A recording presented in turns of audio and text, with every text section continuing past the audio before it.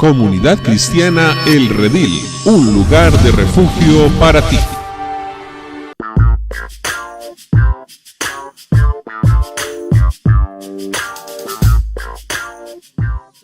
Vayamos al libro de Lucas, capítulo 11, y quiero hablar acerca de este poder y que nosotros realmente hay cosas muy importantes y como dice la palabra también, lo que es imposible para el hombre es posible para ¿quién? Para Dios. Situaciones que diariamente pasamos y a veces pensamos que no vamos a salir de esto, pero téngalo por seguro, mi hermano, que para Dios no hay nada imposible. Todo es posible para el Señor. Y solamente creer que Dios tiene poder, creer que Dios puede hacer cosas preciosas. Lucas capítulo 11 habla acerca del sermón de la montaña.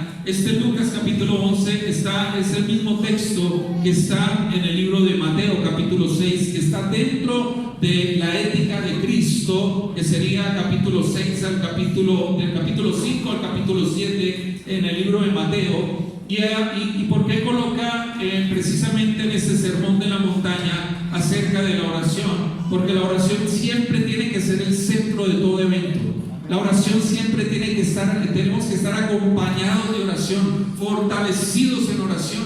El Señor siempre nos invita a que oremos. Usted, mi hermano, orar encontramos desde Génesis hasta Apocalipsis. Hombres y mujeres que oraron al Señor y el Señor actuó, el Señor puso su mano, el Señor los usó poderosamente. ¿Cuántos queremos ser usados por Dios? Amén. No son los cursos, los talleres, las clases, el seminario, eso es una añadidura, pero lo que nos hace tener poder en la palabra es la oración, y el Señor Jesucristo nos enseña acerca de la oración. Cuando Jesús enseñó, aquí en este texto, nombró 5 declaraciones. Hace 8 días vimos 4 declaraciones para avanzar a ascender. ¿Están tomando apuntes? Los que toman apuntes, tomen apuntes, saquen su celular, no para chatear, sino para escribir ahí en el bloc de notas.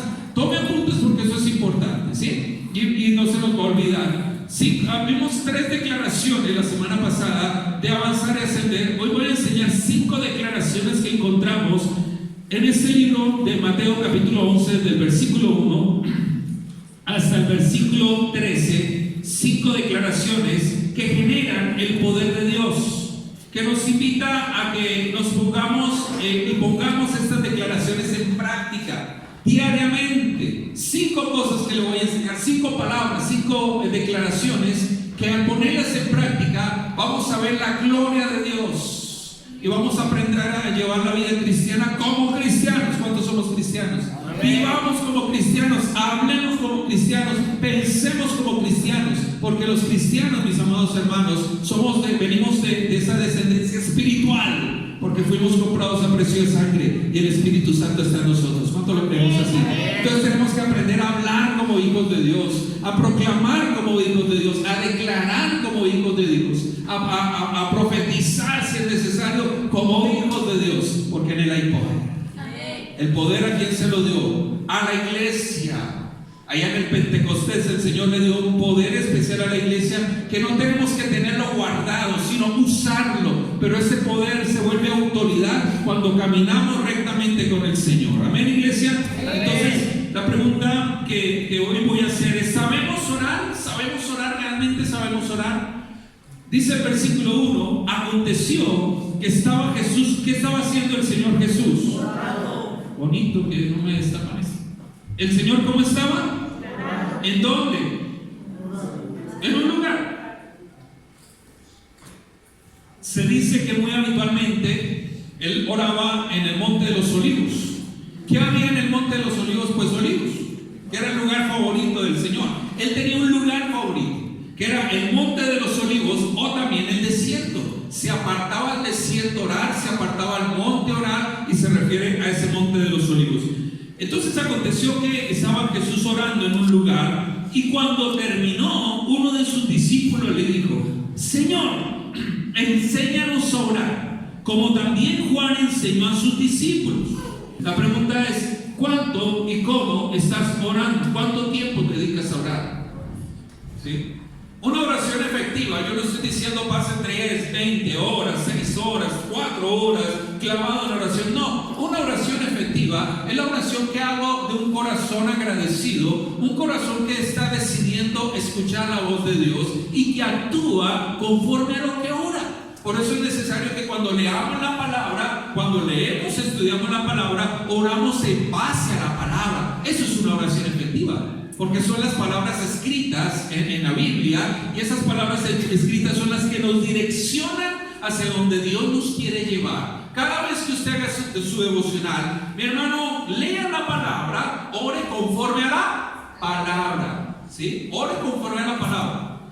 Dejemos de volver la oración como un buzón de pedir, buzón de sugerencias. A veces tomamos la palabra, a veces tomamos la fe, a veces tomamos al Señor como si fuera un buzón de sugerencias, de peticiones. Claro que hay que hacer peticiones, rogativas, acciones de gracias, dice el apóstol Pablo. Inclusive ese texto del Padre Nuestro nos enseña a pedir, que debemos pedir lo diario, debemos pedir todos los días, porque somos hijos de Dios. ¿Somos hijos de Dios?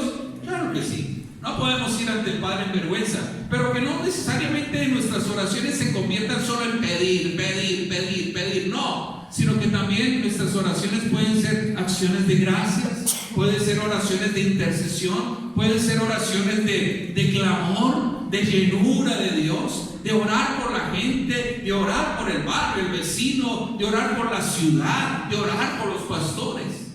Ahí es donde empezamos a ver un modelo bíblico de oración, un modelo de intercesión. Entonces, cuando dice esta parte, y por eso les preguntaba, ¿cuánto tiempo estamos orando? ¿Sabemos orar? ¿Sí? ¿Sabemos orar? Porque, mi hermano, toda victoria de un discípulo, de un hijo de Dios, nace en la oración. Ahí es donde están las grandes victorias. Queremos bendición sin oración. Queremos provisión sin buscar. Queremos sanidad sin orar. Yo no sé si hay alguien que tenga un testimonio de sanidad que Dios haya hecho esta semana. Mi hermano, gracias. Venga, compártanos qué sucedió mi hermana con su esposo, cualquiera de los dos. Buenos días, hermanos. Mi testimonio es mi nena. Desde el día miércoles estaba muy mal. Estaba con vómitos y diarrea. Con mi esposo habíamos orado, pero la nena no se recuperaba. Ayer estaba bien malita, bien decaída, y en la desesperación de padres le llevamos al Seguro Social, y resulta que le analizaron, le revisaron y le dijeron que no tenía nada. La casa estaba bien mal, y nos preocupábamos con mi esposo, y recordaba que decía que si orábamos 2 o 3, Dios obrará. Entonces enseguida le mensajé al pastor y pedí oración. No pasó unos minutos, llegó también justo mi mami y nos pusimos a orar. Doy gracias a Dios porque mis 3 niños, cuando orábamos, abrí los ojos, y cuando acabamos de orar, mis 3 niños estaban de rodillas orando por la nena, y mi nena está totalmente sana. Y la gloria de Dios. Dios conmigo, gloria a Dios. Una vez más, gloria a Dios. Gloria a Dios, porque si 2 o 3 nos ponemos de acuerdo aquí en la tierra por cualquier cosa que hace el Señor, responde. Buenos días, mi nombre es Ana, vengo de Venezuela, y el testimonio mío es de que allá me declararon cáncer en una mama. Pero bueno, allá me operaron y ellos me mandaron quimio y radio y eso, pero no tuve la posibilidad.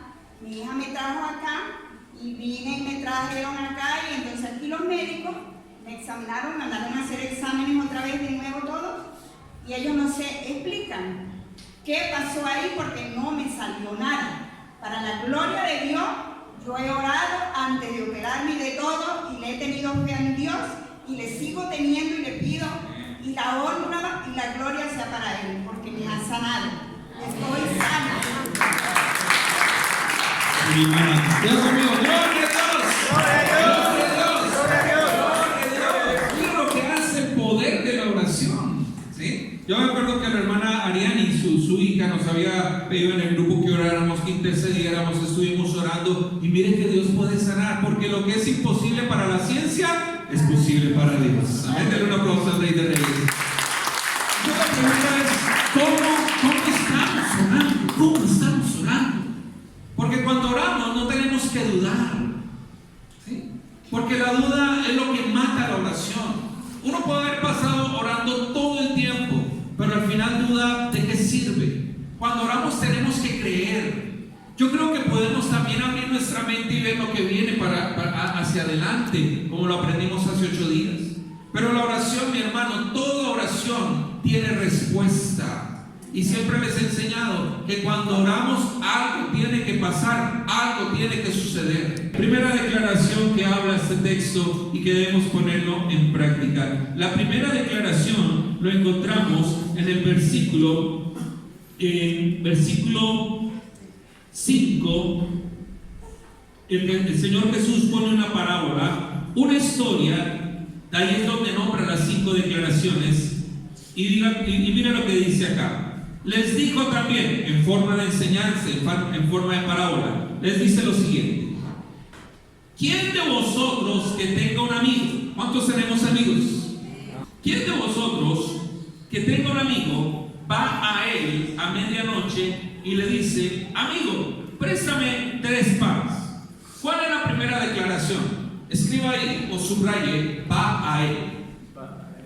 Subraye su Biblia. Si necesita un esfero, puede comprarlo o alguien que le pueda prestar. ¿Ok? Dice la palabra: si tienes un amigo, ¿sí? ¿Va a quién? Va a él. Primera declaración.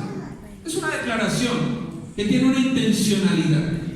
Esta declaración es una declaración de acción. Diga conmigo: acción. Acción. Actuar, ¿sí? Actuar. Cuando tenemos algo pendiente tenemos que actuar. No deje las cosas pendientes, hágalas en el momento que es. No deje pendientes, ¿sí? Si tiene que actuar, hágalo. Si tiene que reprender, reprenda. Si tiene que orientar, oriente. Si tiene que enseñar, hágalo, enseñe, ¿sí? Esa es la primera declaración para generar el poder de Dios. Ahora, ¿por qué dice va a él? Está hablando acerca de la oración. Ese es todo el tema hasta el versículo 13. Va a él, y cuando dice acá, es una invitación a acercarnos al Señor, porque el Señor dijo: ya no los llamaré siervos, sino los llamaré amigos. Diga conmigo: tengo un amigo fiel. Tenemos un amigo al cual podemos ir con confianza, sin vergüenza, ¿sí? Sin temor. Podemos ir a Él con toda confianza, también con seguridad. Podemos ir con convicción, podemos ir con humildad ante Él. Esa es una declaración impresionante, porque cuando tenemos necesidad, ¿a quién vamos primero? Piensa un momento en medio de la necesidad. ¿A quién estamos yendo?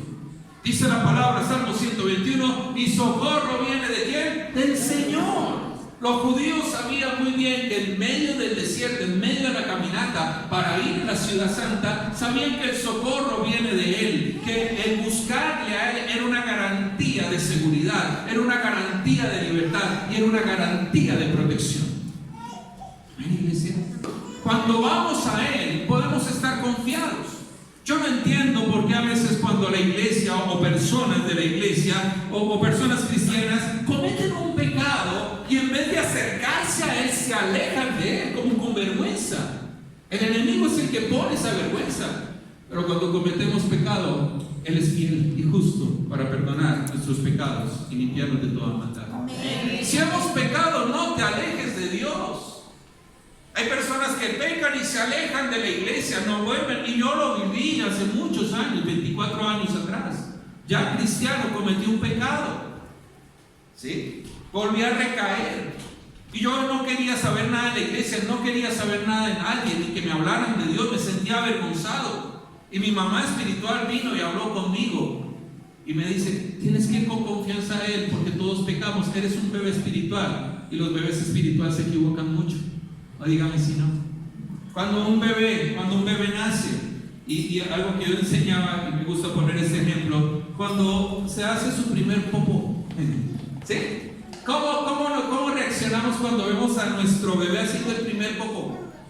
¡Ay, este bebé! ¿Por qué? No, ¿qué hacemos? ¿Qué cara hacemos? ¡Ay, bonito! Su primer popó, y nos alegramos. ¡Ay, estrenó pañal!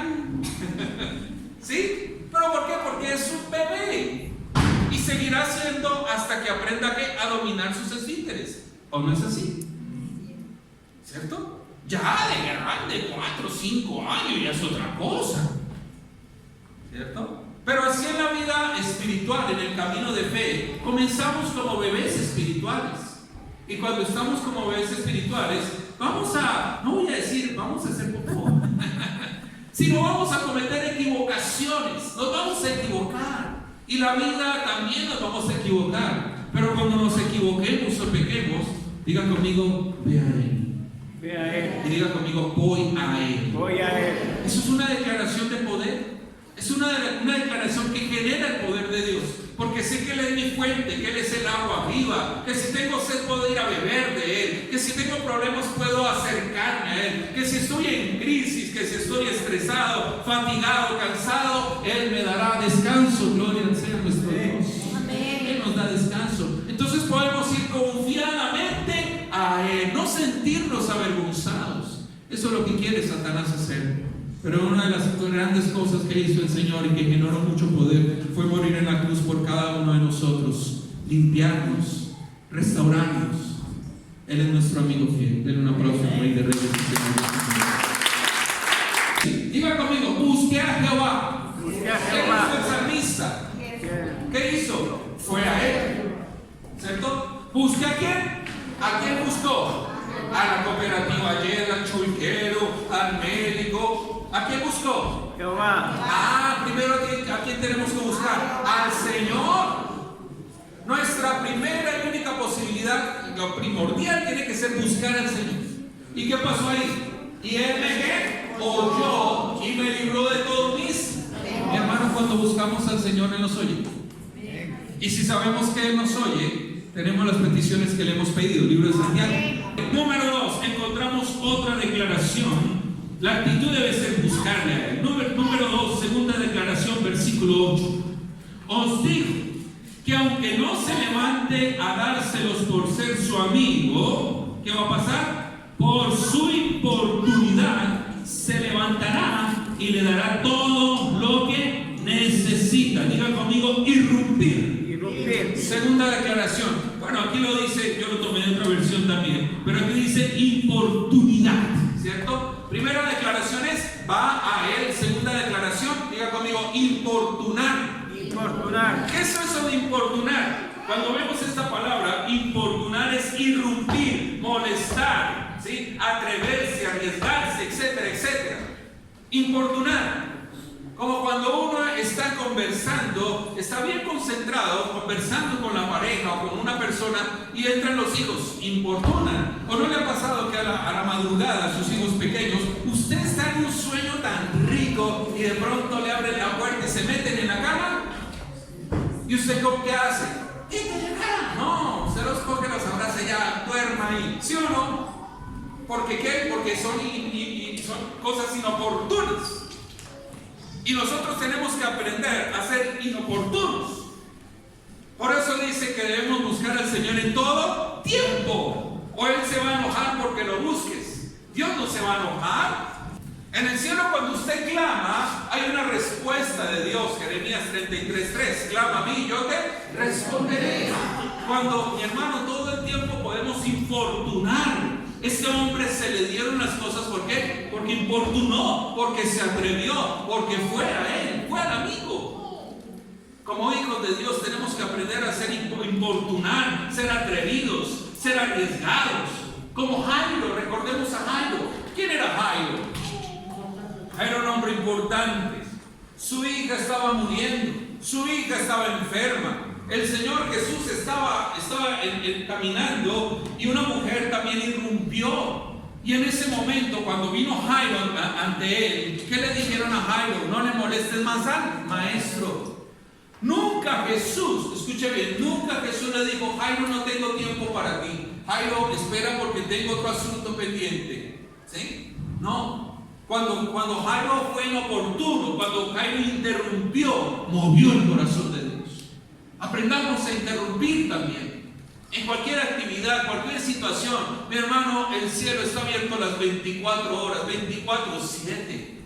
Clame cuando tenga que hacer algo. Primero, clame al Señor. Le aseguro que el Señor va a escuchar. ¿Qué pasó Jairo, todos estaban los discípulos en la casa de Jairo. Jairo es importante. Ahora viene una mujer y le toca al Señor. Pero sin embargo, esta mujer, cuando Jesús iba a la casa de Jairo, aunque esta mujer fue inoportuna, el Señor la sanó. Cuando damos gloria al Señor.